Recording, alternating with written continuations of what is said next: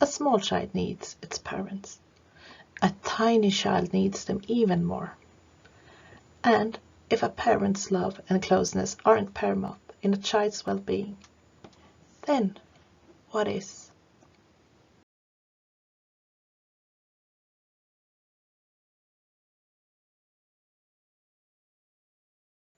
This is Benjamin, the son of happiness.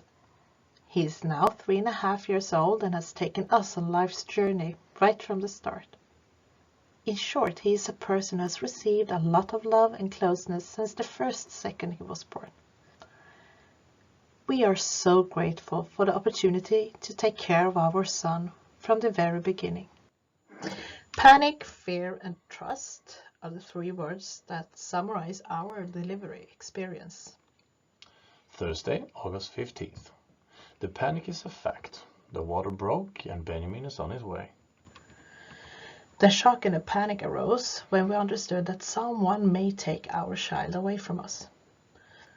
But then she announced that we would be able to care for our child, skin to skin. It became calm, and a feeling of trust settled in like a strange blanket. No one will take our boy away from us. And then he came out, the perfect and tiny little boy, and was immediately placed on Mom's chest. There were machines and hands everywhere, and although neither of us could really see him, it was comforting to know that one of us could actually feel him. I could feel him. I could follow the nurses' faces and facial expressions as if they were me they were working on. A strange calm settled in. For 7 hours, Benjamin lay uninterrupted on his mother. All the necessary tests were performed and checks were carried out where he lay. It felt incredibly natural to have him on his mom's chest. Just seconds ago, they were literally stuck together. The shock was mixed with relief and comfort. We have promised our boy eternal love and security. We have promised him never to let go of his hand. We had mentally prepared ourselves for a time at the NICU. No matter the circumstances, nothing is natural about being separated from your children. Without a word, we divided the day into 8-hour shifts, day and night, that our boy should have us all the time, as he knows nothing about the world. We must help him. The fact that it was 8 hours was self-evident, as it was meal times and roughly what we needed to get enough sleep to be the absolutely best for Benjamin. Our own shift changes were preceded by 15 to 60 minutes briefings. What had happened? How is he doing? What checkups have been made? Etc. Of course, we also took a moment to be mom, dad, and child together. Of course, a division of the day into shifts comes at a cost. For example, both were not present when the first diaper was changed, or the first tube feeding, etc. But the benefit for Benjamin was the most important for both of us. We are the adults, and he is the child. Nurses thought we could go for a little walk or have a coffee without Benjamin. He has his own bed, they said. I don't know how often we had to explain that we won't leave our son.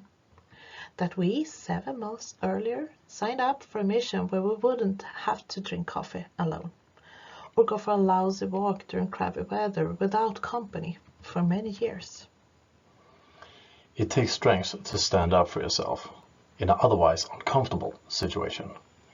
But why was it so strange that we wanted to be with our son? Why wouldn't we want to take care of him ourselves under conditions we were given? We are sure that the feeling of holding Benjamin skin to skin helped us to find inner peace.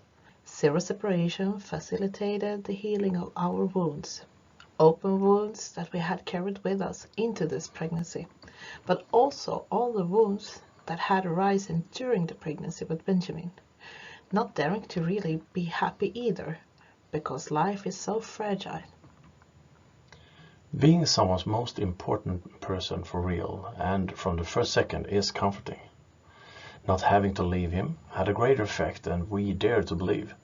The fact that we have sat there stunned and wounded with all the emotions on the surface and with that little bundle in our arms and landed in the knowledge that we did everything in our power to give him the absolute best makes us today look back in our period at the NICU with warmth, gratitude and some joy.